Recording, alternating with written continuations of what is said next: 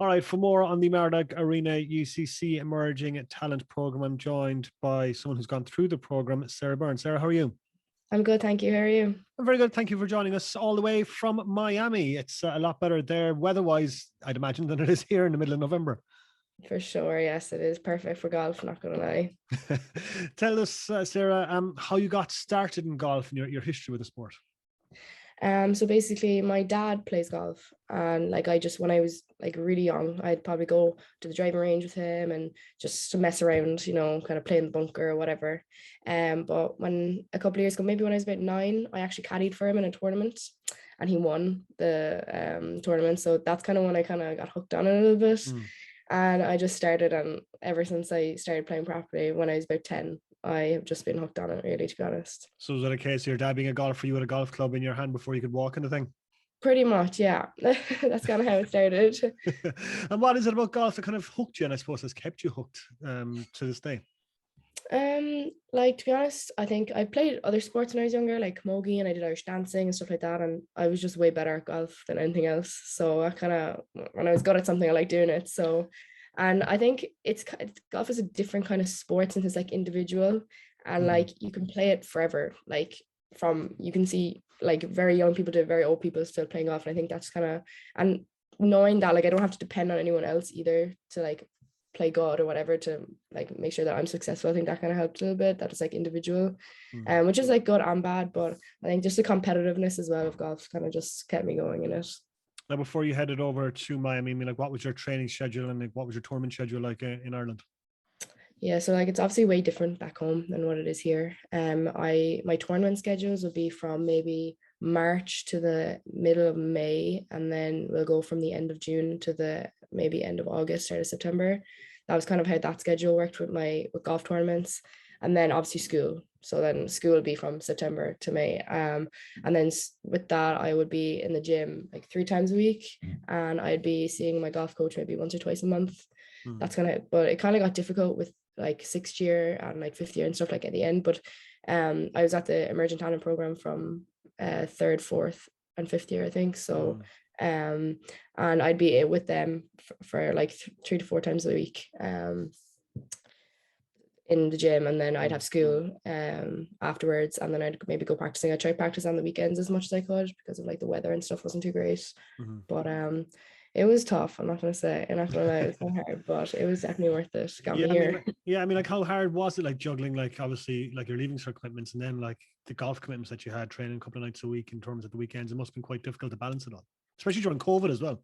Yeah, no, it was definitely like very, very difficult. But like I think I was very motivated. Like you have to be very determined to like what you want. Like I knew that I wanted to get a Division 1 scholarship to an American college, and I knew that I wasn't going to get that by just like not working hard. So I just had kept that in mind. And then when I went to the emerging talent program, we'd train in the mornings, or like a few times I trained before school, a few times I trained after school. It just depended on like they asked me what fitted my schedule, and like I just chose whatever one, and they accommodated me with that. And then like you just really have to be really motivated for what you want, and I think they help in there too, because you're in there around people that are also really motivated for their sports, because like it's for elite golf, for elite sports people who want to become better. So I think being surrounded by that sort of people really helps you to keep motivated, and that's really great.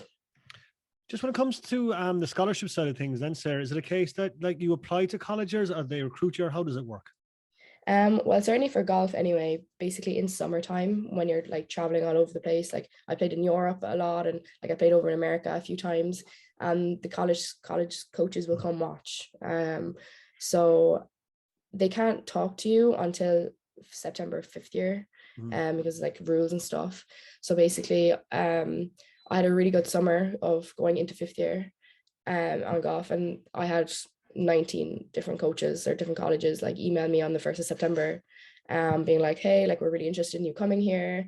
And basically you just, when you have scholarships like that, offers coming in like that, you just pick and choose whatever ones you feel would fit you best. So I kind of like obviously not 19 of them were very great schools. Like obviously there was about 4 or 5 which I really liked that were really good schools, and I narrowed it down to that, and then I visited a few, and then I just, whenever I visited my University of Miami, I was like, this is the one. So that's just kind of how it works, really. Fantastic stuff. And you, like, representing Miami then, it must give you a massive thrill stepping onto the first team representing like the University of Miami. Yeah, no, it is pretty cool because like sports over here, like college sports is so big. Like we just don't have that at home. Like you don't know what it's like until you actually come here. And it's like it is crazy how big it is. Like it's the university kind of revolves around its sports programs. So obviously like American football is the biggest thing. But like when you're an athlete here, like in any college, you're kind of treated like royalty. It's pretty cool. It's pretty nice. And I suppose, how is it then finding the balance between, I suppose, your classwork and in your golf then when it's in college? Oh, like when you're in season, basically, like for golf, like it's different for different sports, but golf we have like a fall season, which is from middle of September to the end of October, and then we have off season for November, December, and the middle of January, and we go back into in season until the middle of May, which means we have our tournaments. And when you're in season, like there's not that much time to do much else because you get up, like our schedule currently is we have workouts from 7 to 8, we have practice from 8:30 to 11:30, and then you have class for the rest of the day, and then it's like maybe like 6:30, 7 p.m. and it's like time for dinner, then go to bed. That's kind of what it's like in season. Off season you have a little bit more time obviously, but again, like you're around people on the team who you like, you want to work, like you need to work hard and you need to play good to make the team on time to be playing. So like that obviously is a great motivator to keep going. And I think when you have such a structured thing here, like our schedules are so structured with all the things going on over here, so like it's very easy to just like know exactly what you have to do. So yeah. Last week you represented Ireland at the International Amateur Championship. How did that go? That was pretty cool. That was a really cool experience, like because there was 20 countries, so like there was 40 girls playing, 40 boys playing from each, like 2 from each country, and like these are like the best players in the world. Like it was a really cool experience. Like it was a different caliber of golf course as well. Like the golf course was so difficult, but like that's just what it's like when you're playing like at such a high level. So like just being around those sort of people, like the number 1 and number 2 in the world were there playing for the girls, for the women's teams. So like that was really like to see what, like I watched them play a bit and you can kind of see like where the differences are and how they're so much better and stuff. And like it was a really cool experience playing in that event. Long term, Sarah, I'd imagine, I suppose the aim is to turn professional. That is the goal. Hopefully we'll just have to see how it kind of works out. Like you never know what the future will hold. So I'll try. If it works out, great. If it doesn't, I'll find a plan B. But that's pro golf is definitely the way I want to go. I'd imagine Leona Maguire is kind of an influence and an inspiration there. I'd imagine, is she? Yeah, for sure. Like it's kind of like just a girl from Cavan. Like just she's just some normal. Like I've spoken to her a few times before, and like she's just so normal. Like if she can do it, like I think it kind of inspires the whole of Ireland to do any sport, like that anyone can do it if you just work hard enough and want it enough. And with regards to the emerging talent program, then Sarah, how did you hear about it, and how did you go about applying for it and stuff like that? I actually heard about it like over the radio as well, actually, and I kind of like I saw it online on Facebook and stuff. And I thought, like that looks pretty good. Like my dad actually kind of found it and said it to me. He said like this actually looks pretty good. So I applied and got accepted, and that's kind of how that worked out like that. But yeah, like the emerging talent program really was definitely a part of like helping me to get my scholarship and get to Miami. So I mean, like with the emerging talent program, is it fair to say that kind of like helped you a lot with the physical and mental side of the game? Yeah, for sure. Like as well, like I think it really helped me to become like more of a it helped me to manage my time a bit more, and it kind of helped me to just progress into someone that wanted to be like an elite athlete and trying to help me like perform like one and act like one. Because like before that, like I was in 3rd year, whatever, I kind of was just doing like I was just kind of going to the gym whenever, or like I was kind of just doing that. But like this really was like, okay, like if you want to become a pro golfer, like you have to like change a little bit. So it kind of just helped me to kind of focus more and like act more like an athlete, like an elite athlete, and like want to become an elite one. So it definitely like suited me, like because they make it just bespoke to each person, so they really like got to know exactly what I needed, which was something that was like really big. Like Jeff Gomez was like always on to my swing coach.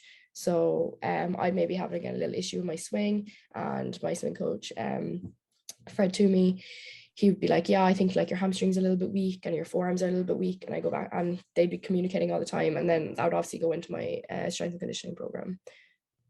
That's obviously something you'd recommend. Like we're looking for applications now for 2022. It's obviously something you recommend that high level athletes give a try and apply for. For sure. Like it definitely is something that if you want to get better and you want to exceed and be at an elite level, this is something that I definitely think most athletes should go through. Like I think it's a big wake up call to be like, okay, this is what you have to be like. Because like you're obviously around like other athletes, like when I was there, there was sailing, swimming, squash, like rock climbing. There was all sorts of different sports, and these people were the best at their, like one of the best at their level and at their age. And I think that kind of like helps you to it helps you to understand other sports as well, and you make really good friends, which is obviously great. Like I really enjoyed that. Like I'm still really good friends with a lot of people that I did ETP with. And I think like being around people like that also motivates you to kind of be like, okay, well, we're all kind of trying to go to the same thing. Like a lot of the people are trying to go to the Olympics that were like at this in this program. So I think that kind of helps you to motivate you a little bit more as well. Excellent, Sarah. It's been an absolute pleasure talking to you. Thanks for taking the time to talk to us today, squeezing this in before your college lectures start. So we're greatly appreciative of that. So thanks for talking to us on the Big Red Bench on Red FM. Of course. Thank you.